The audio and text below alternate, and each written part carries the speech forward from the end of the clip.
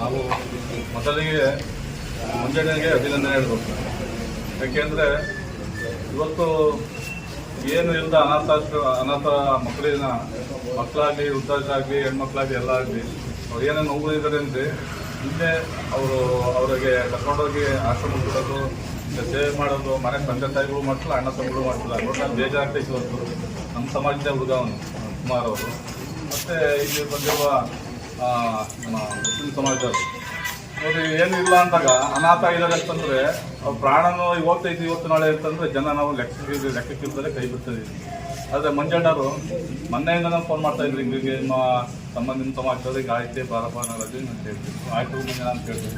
ಅವ್ರ ಸಂಬಂಧಿಕರಿಗೆ ಹೇಳಿದ್ರೆ ಅಂದರೆ ಏನಾದ್ರು ಹಣಕಾಸು ಇದ್ದಿದ್ರೆ ಅವರಿಗೆ ಈ ಲೆವೆಲಿಗೆ ಬಿಡ್ತಿರ್ಲಿಲ್ಲ ಜನ.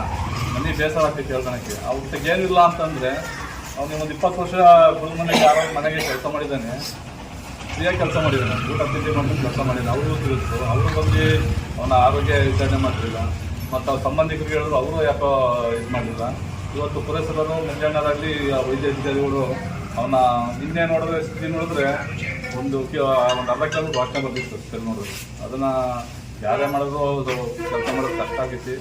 ಮಂಜಣ್ಣರಾಗಲಿ ಆಸ್ಪತ್ರೆ ಸಿಬ್ಬಂದಿಗಳಾಗಲಿ ಪುರಸಭೆಯಾಗಿ ಅಭಿನಂದನೆ ಸಲ್ಲಿಸ್ತೀನಿ.